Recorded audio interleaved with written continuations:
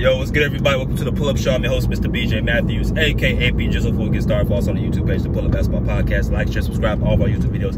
Hit that like button. Y'all come in here to share, subscribe, hit that Cash App, and our Venmo, $SlickRick1991 and our Venmo is at BJ/MATHEWS/1. I will put that in the link in the description at the duration of this video. Let's get it popping. All right, so we back with another Car Combos with B Jizzle.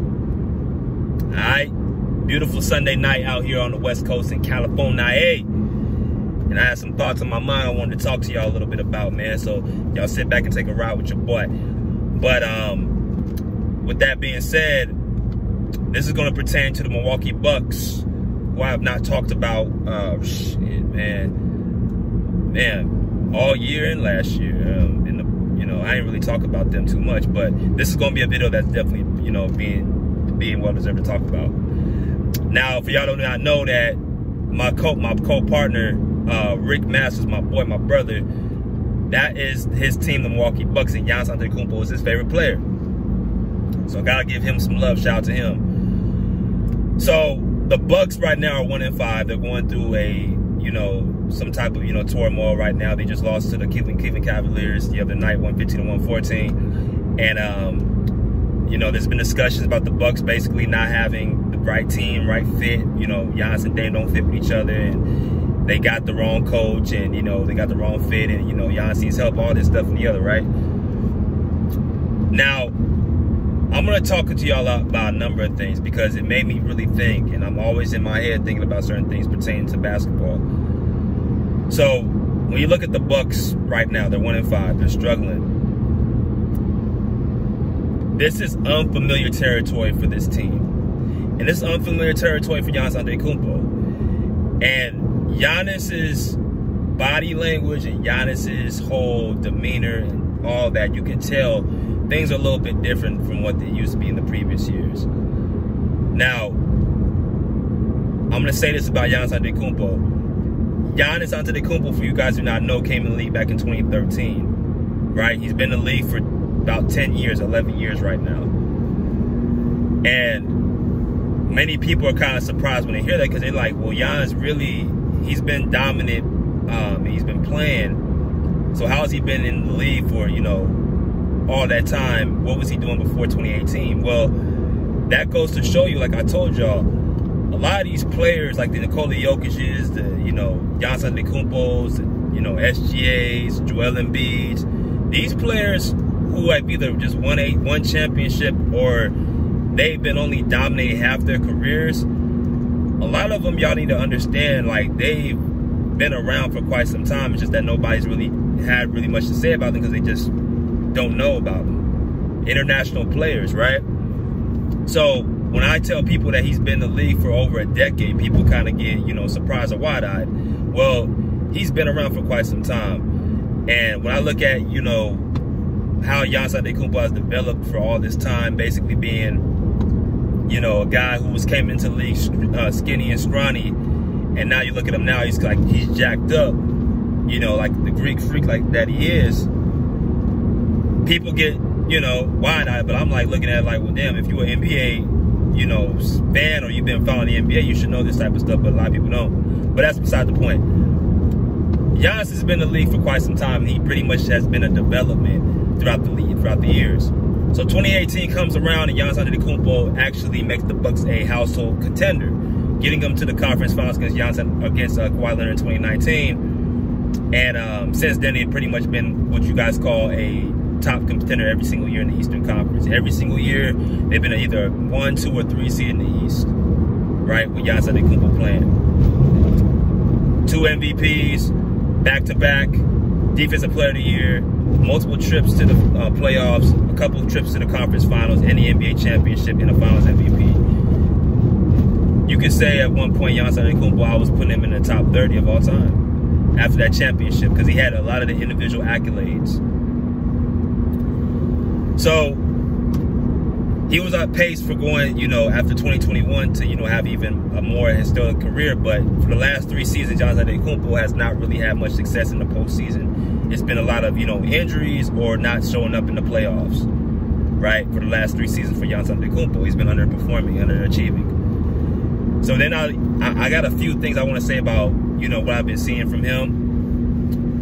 Shout out to my boy Ticket TV for, you know, having a video about Giannis Antetokumpo, talking about how he's, you know, basically looking at him as the leader and not basically leading the team how he's supposed to be leading. And he don't want to hear no blame on Doc Rivers or, you know, Damian Lillard or any of the fans or anything like that, because the Bucks have pretty much given Giannis Antetokumpo everything that he wanted. Well, what do I mean by that? Back in 2023, after the playoffs, they fired head coach Mike Budenholzer. Mike Budenholzer was the coach that got him his first champion and his only championship. Well, there was an instance where Giannis Antetokumpo had, I think, a, you know, back and forth Mike Budenholzer in that series against the Miami Heat, who was the 8th seed at that time, that he wanted to guard Jimmy Butler. And Mike Budenholzer instead put Jrue Holiday on him, which I'm going to talk to y'all about in a minute as well. That obviously caused a rift between those two, and Budenholzer was fired not even that much longer since after that series ended. Budenholzer leaves, you get in Adrian Griffin. But before they got Adrian Griffin, they made a big splash trade to get Damian Lillard over there during that offseason. And it was traded for Jrue Holiday, the guy, the point guard that got him and helped him get his first championship in 2021 as well. Guarding Devin Booker in the finals, being a two-way player, all that stuff. They decided to trade Jrue Holiday for Damian Lillard, and there's much to believe that it was because Giannis Antetokumpo wanted that trade, and he okayed it. Actually, I know he okayed it because the best player, a player of that caliber, Jrue Holiday, who was a very integral piece of your first championship, Giannis Antetokumpo would have to okay that trade for them to make that move, right? So Giannis, being a fan of Damian Lillard and loving his playing style, they make a move. And to this day, people believe that was the wrong move to make. My best friend Rick said the same thing. He said that they should have not made that move for Damian Lillard. So we're going to talk a little bit about what I feel about it.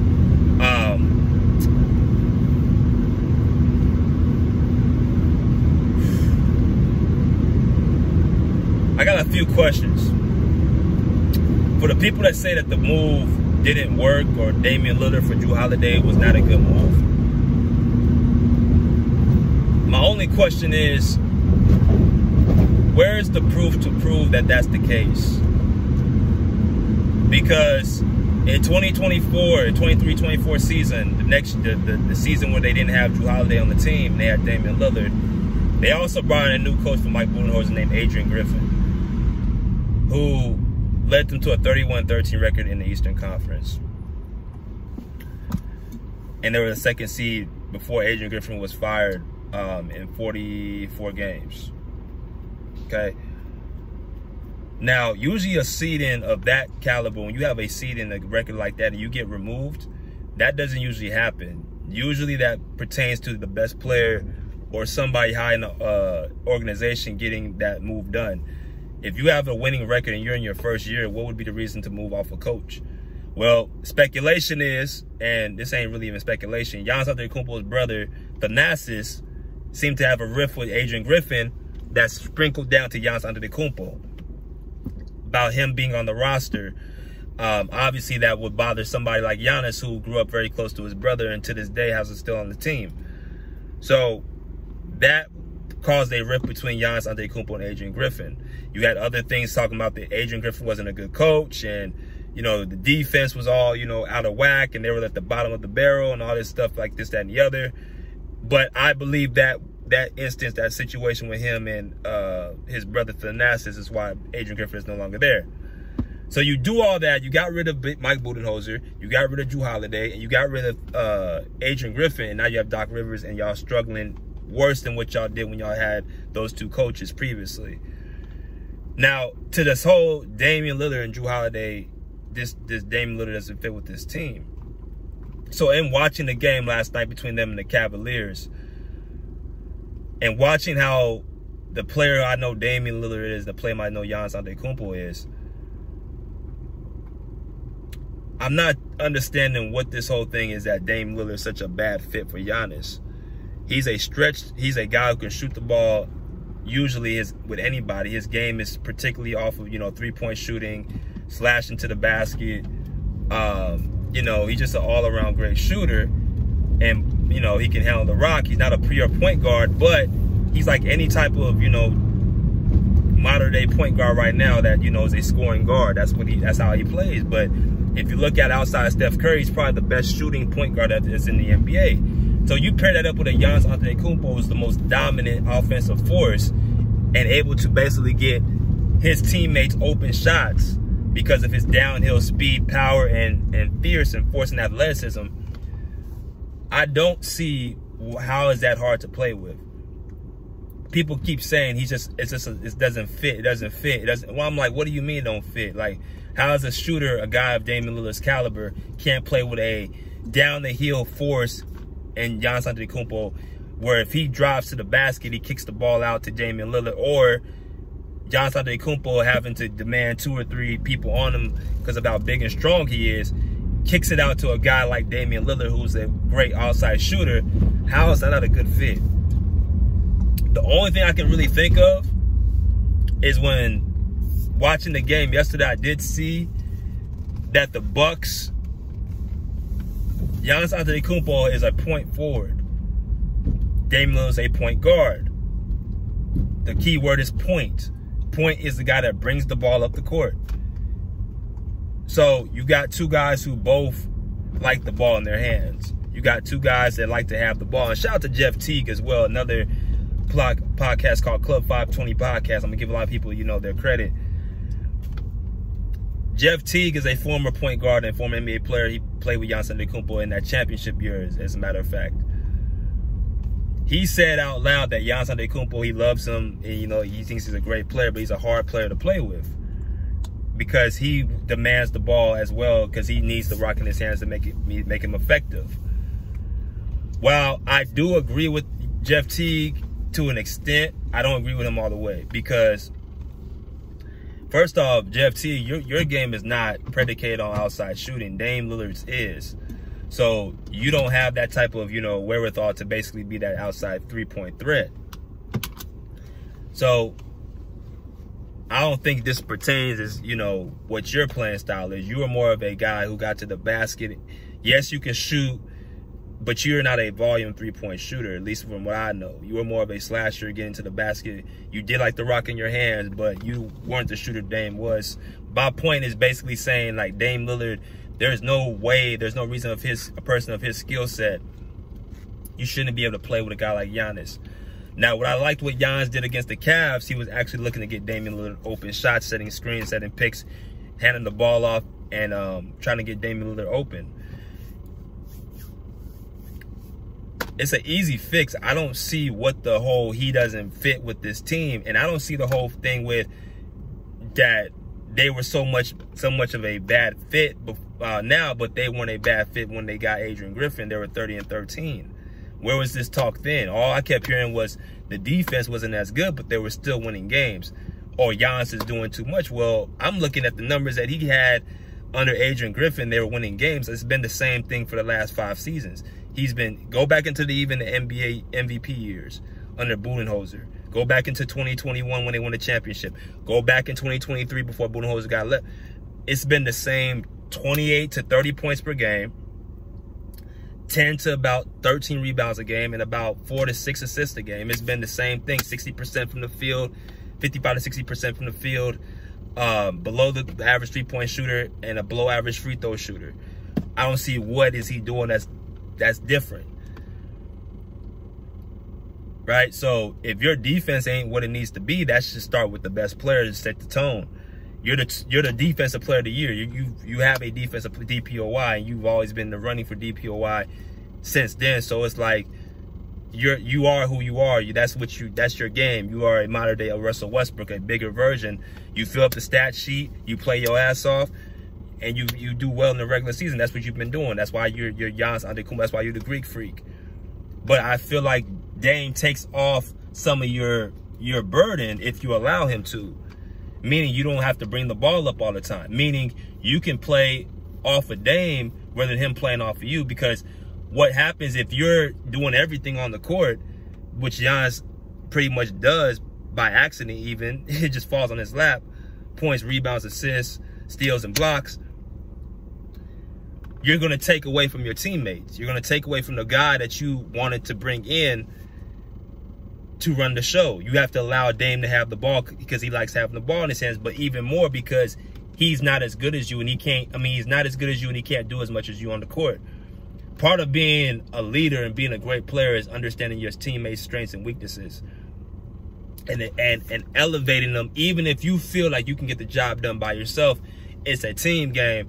And again, the Bucks, you brought in Gary Trent Jr. You brought in I think that's the only real move they made. Yeah, this year they brought in Gary Trent Jr. and got rid of Patrick Beverly, which I think that was another big loss as well.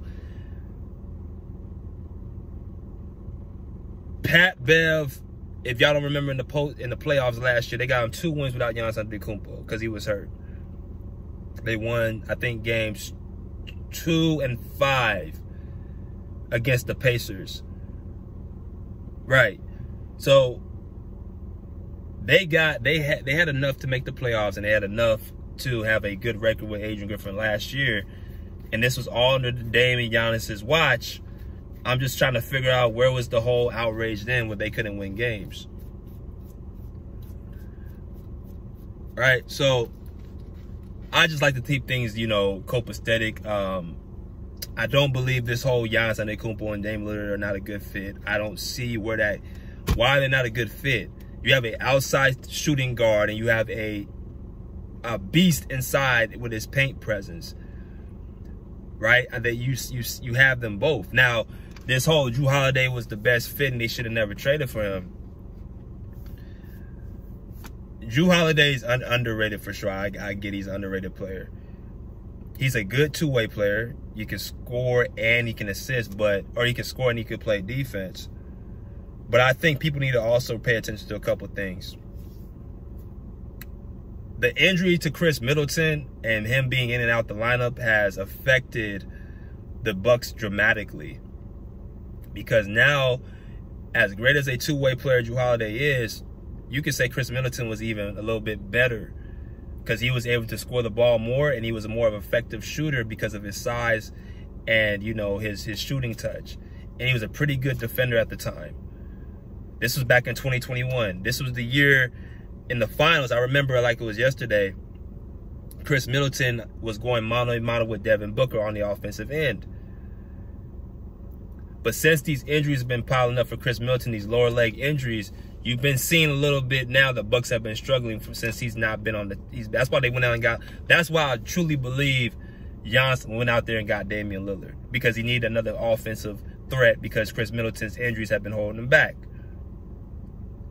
And that helped Jrue Holiday be who he was. Understand, Jrue Holiday is a good, solid role player. Obviously, probably the best defensive guard in the league. He's a specialist, but Damian Lillard has led his teams to the conference finals. He's been the star of his team, yada, yada, yada. So it's a little bit more, you're kind of looking at it like, well, I can bring this guy in to help take the offensive load off of Chris Middleton. And based off the players around Dame and Giannis Antetokumpo, they can make it work even if they lose a guy like Jrue Holiday. Now, it makes the Bucks look a little dumb because Jrue Holiday won a championship with Boston, but I'm saying this whole just Damian Lillard and Giannis Antetokumpo not a good fit. I'm just not seeing it. I just don't see where that comes from. Yes, they're losing games in a tough stretch, but I think it's something else in the organization. What's going on? Maybe it's Doc Rivers not able to push the right buttons and make the guys click how they're supposed to click. Maybe it's Giannis Antetokumpo not being held accountable. Maybe it's the team not buying into what Doc Rivers is trying to tell them. But we're going to see what happens throughout the duration of the season. And we're going to, definitely be following. But I'm about to go in this store right now, man. Get some fruit, man. Get some food. But until next time, pull up a seat, pull up a chair, pull up. Peace. Out of here like swim wild.